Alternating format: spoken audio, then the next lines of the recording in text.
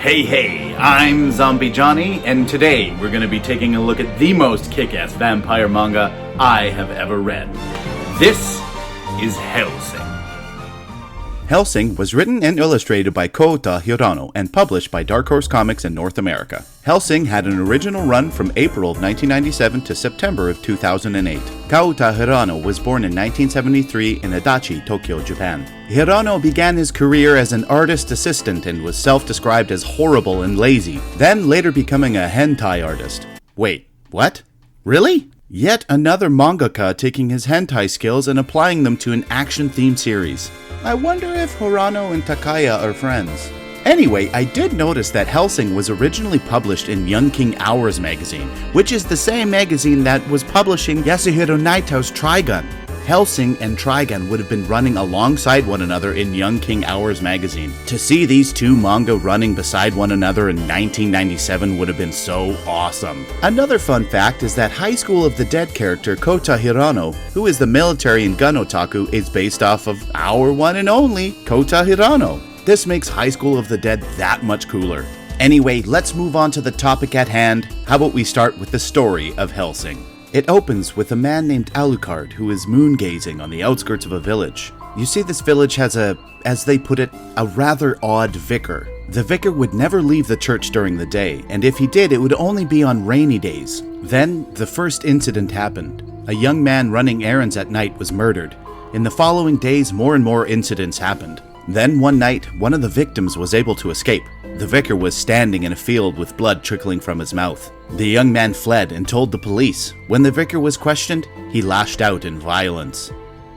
2 days later, a young woman named Hellsing is speaking with the local police force, asking who is in charge. Hellsing says they are taking control of the situation. The police force explains that 3 hours ago they sent in a unit and haven't heard back from them. Hellsing informs them that their unit is dead and has been turned into ghouls. These ghouls are created in the wake of a vampire feasting on their blood. The police force commander is in absolute disbelief that such a preposterous thing could be said. Hellsing then explains that they are a secret service devoted to destroying all quote-unquote Antichrist freaks. She explains that if you kill the head vampire, then the ghouls will die along with them. She then explains that her special anti-vampire expert, Alucard, is making his way to the village as they speak. The scene then shifts to a young policewoman running away from a horde of ghouls. She fires frantically, trying to stop them. The vicar then grabs her and explains that her bullets will do nothing. Just before she is devoured, Alucard appears behind the vicar. Alucard then explains he is here to stop the vicar, who quickly unleashes a full assault on Alucard, blasting him into a bloody pulp. Thinking he has won, the vicar asks if that was it. Alucard slowly rises, and he seems to be completely repairing himself as he stands. Then Alucard returns fire and blasts away all of the ghouls in front of him. Alucard turns his attention to the vicar, who has taken the young policewoman hostage. Alucard then asks her a personal question. He asks if she is a virgin. He asks this because if she is bitten by a vampire, she will turn into one. Thus, if she is bitten by the vicar, she will become his vampire. Alucard finally gets it out of her that she is a virgin, and then he blasts a hole through the woman into the vicar. Alucard lunges at the vicar and tears him apart with his bare hands. Alucard then waltzes out of there with the young policewoman in his arms. He turned her to save her life. And this is where the adventure begins.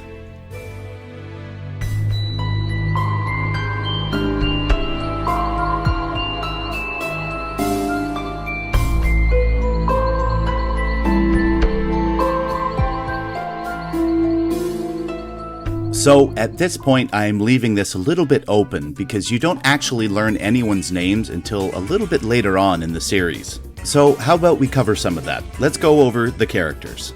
Of course, we start with Alucard, who is the cool, mysterious main character. He can kick anyone's ass and has an endless well of powers and techniques. As the series goes on, you get to witness more and more of his powers, and they become more and more fantastical. Then we have Integra Hellsing. She is the director of the Hellsing organization. She inherits the organization as a young child after her father passes, but not before her uncle tries to overthrow her. Her uncle believes that he should be the rightful heir to the organization, so he hunts her down after her father passes. He then shoots her in the arm in the pursuit. She is running to the safe place that her father told her about. It is a cold, dark cell with a corpse laying in it. After her uncle finds her, the blood from her wound awakens Alucard. He is reanimated with Integra's blood. He then rips through all of the men in front of him and swears allegiance to Integra, thus beginning their relationship. Next we have Ceres Victoria. Ceres is the young policewoman who was turned into a vampire by Alucard and the newest member of the Hellsing organization. Alucard takes her under his wing and trains her to be a ghoul-killing machine. She ends up being an amazing sharpshooter and a fine addition to the Hellsing organization. Though she does have her struggles with becoming a vampire, she ends up turning into a very powerful ally. There is a cast of evildoers consisting of vampires, ghouls, zombies, werewolves, and Nazis. And there is an opposing force to Hellsing, who is the Iscariot Organization 13. They are members of a Christian force who seek to rid the world of all that is evil. So, in reality, they want to destroy everything that Hellsing stands for. I mean, can you call them evildoers? I don't know. Let's just not get into that. So let's move on to the Nazis. I mean, at this point, I think we all know what they want. It's just, this time they have assistance from zombies, vampires, and werewolves. Looks like those Nazi experiments finally paid off. The series does have a strange way of getting us to the point where all these major players finally meet in battle, but we do get there eventually.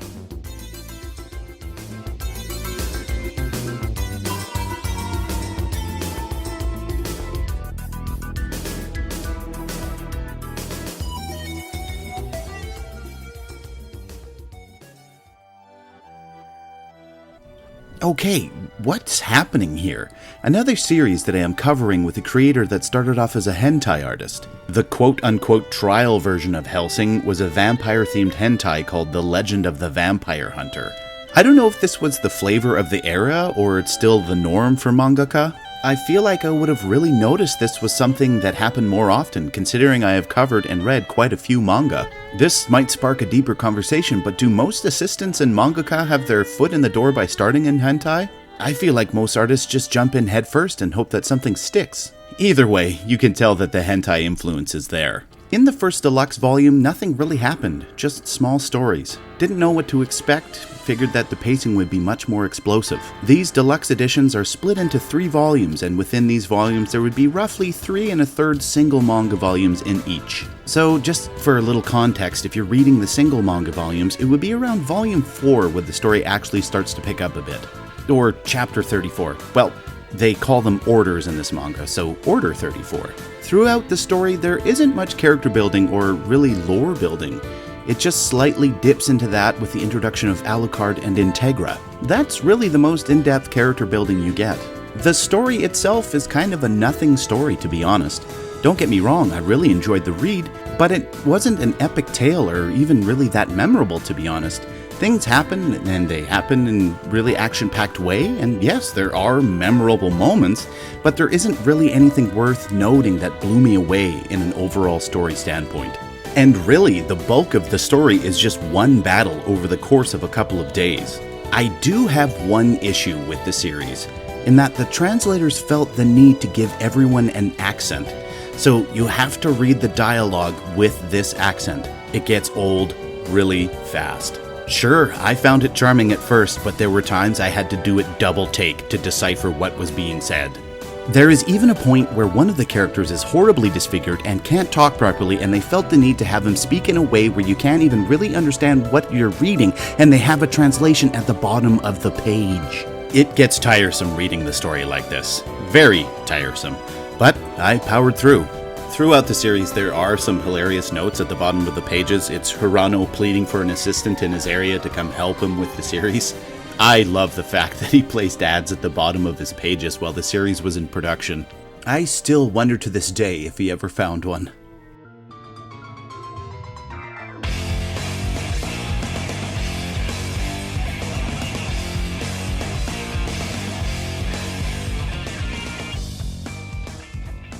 I will start by saying Hirano's artwork is great. It's not the most outstanding artwork you've ever seen. I mean, really, there are some huge contenders out there, but Hirano's courage, dare I say the audacity to have his pages only consist of mostly large panels really says something. What I mean by that is all of Hirano's artwork on the page is big and highly detailed. It's pretty rare that you get a small panel on any of his pages. Most of the pages, and I mean most of the pages, consist of 3 to 4 panels, making the artwork the definite focus of the entire series. This series also includes a plethora of full-page and double-page spreads, none of which are phoned in. Each of them is highly detailed and amazingly executed. This also might be one of the first times where I've seen a double-page spread and having the gutter space actually visible. Now, I'm not sure if Hirano illustrated them this way or this was an aesthetic choice for the deluxe editions, but I highly enjoy this because I don't have to bend the hell out of the book just to get the whole illustration. There are pages that go by with no speech bubbles or text at all, just simply action. I'm not complaining because they are immaculately illustrated. They are absolutely amazing. The line work, the poses, the action, the gore, the paneling, all of it fantastic. One thing about Hirano's artwork is that most of the time anatomy will go completely out the door in place of the coolness factor. If the pose is going to look good, the anatomy is way off. And I mean, that's perfectly fine in my eyes because stylistically it looks great and it really gives Hirano's art a very unique and identifiable edge to it. There was never a lacking moment. The art is top-notch all the way through. Overall, the presentation of the Hellsing Deluxe editions is fantastic. The spine, the front and back covers are wonderful. They almost have this old leather-bound book look to them, and it fits the theme and aesthetic of Hellsing really well. The cover and spine have details that are embossed to give them a really nice texture and look. And you know, at some point in time I had to say it, they look great on a shelf. Just these blaring bright red spines sticking out on your shelf really attract the eye. I think at this point I'm going to have to add that to the final score at the end of the reviews. The shelf score. The other awesome detail is that they come with a bookmark ribbon. Other than my fancy Elden Ring and Skyrim strategy guides I own, I haven't seen a bookmark ribbon in a comic book or manga alike. Though the deluxe editions are stunning to look at, I will be honest, they are a bit of a hassle to lug around. On more than a few occasions, I had to put the book down just to stretch my arm and hand out because they were starting to cramp. These volumes are no joke. Thick as a brick, baby! Now, let's move on to the anime adaptations.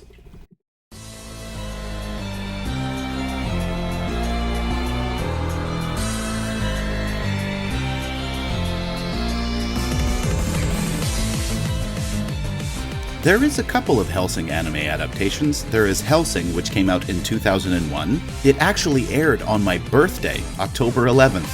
I was 13 years old when it had first aired. Then there is Hellsing Ultimate, which aired from 2006 to 2012. Hellsing Ultimate consists of 10 episodes that run around the 55-minute mark, and then Hellsing The Dawn aired from 2011 to 2012, and that consists of 3 short episodes. The original Hellsing series is very true to the manga. You can pretty much follow along panel to panel, word for word, only until about halfway through. You see, the original manga was still being published when the anime originally aired, so it does go off the rails a bit. But they still did make it entertaining enough for it to be worth the watch. It's a great little series, and with it being only 13 episodes, you can really get through it in one binge watch, which is exactly what I did. I have my gripes with 2000s anime, but this series is done really well. This series is animated by Studio Gonzo, who has a very long list of series under their belt, including Afro Samurai, Blue Submarine No. 6, Trinity Blood, Desert Punk, Gantz, and contributing anime sections of video game titles such as Lunar, Grandia, Zone of the Ender, Second Runner, BlazBlue, and Street Fighter 4. Anyway, let's move on to Hellsing Ultimate. Now this anime is almost an exact carbon copy to the manga. Stylistically, it's almost identical, and none of this is a bad thing. This is definitely worth the watch. This is how you make a manga into an anime. To be completely honest, my only critique is that it's a bit of an investment to watch. Instead of being broken up into 30-minute episodes, Hellsing Ultimate is 10 episodes with an average runtime of around an hour. This also makes it difficult to find in physical release. Each episode is almost the length of a movie, so that means they aren't collected into a complete edition. Each episode is its own standalone Blu-ray or DVD. It is still accessible, you can watch it on Crunchyroll, and that's exactly what I did. With the addition of Hellsing Ultimate to the collection of media, it takes the Hellsing franchise to another level. If there is an anime series everyone must watch, it is Hellsing Ultimate.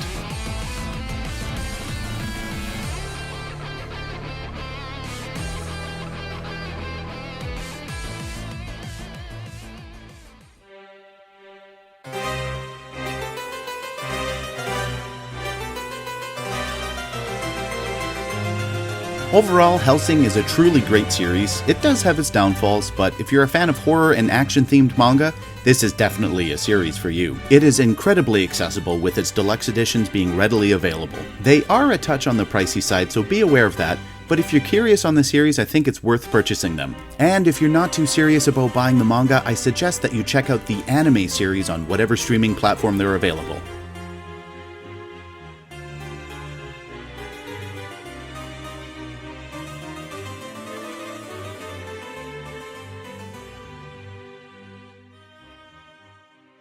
Well, thank you so much for watching, everybody, and cheers.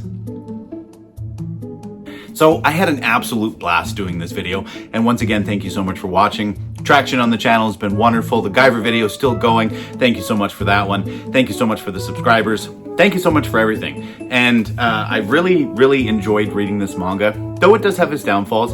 And maybe I didn't cover some of the character development.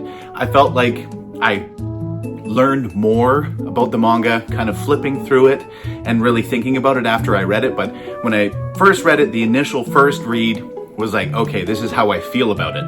And that's kind of the review. But in the end, I feel like Sarah's Victoria had a really great character development, but that doesn't really happen until like near the end of the series. Nothing really takes place until the end, like in book 3 of the deluxe editions is when, and it's like right near the end of book 3 is really when things take place and a lot of character development happens. They tie a nice little bow on it at the end. Everyone's happy, it's hunky-dory. It's a fantastic little ending. But I feel like a lot of the character development and a lot of the story takes place in book 3, whichever manga volume that would be, I'm not sure, but like book 3 is kind of where everything really takes place. Up until then, it's like I said, it's kind of a nothing story, but it is still once again filled with amazing art. Don't get me wrong, this is a must-own series for any manga enthusiast. If you like violent action comics, it's definitely a top tier for sure. Beautifully drawn, illustrated, yeah, it's amazing. Anyway, I do have a couple of things down the pipeline that are coming, and I hope you guys stick around, and we got lots of fun stuff coming up. And I'm still incredibly busy, and I would also like to introduce our new family member. He's sleeping right now. He's just a little baby boy, but I'd like to introduce our new family member, Bo.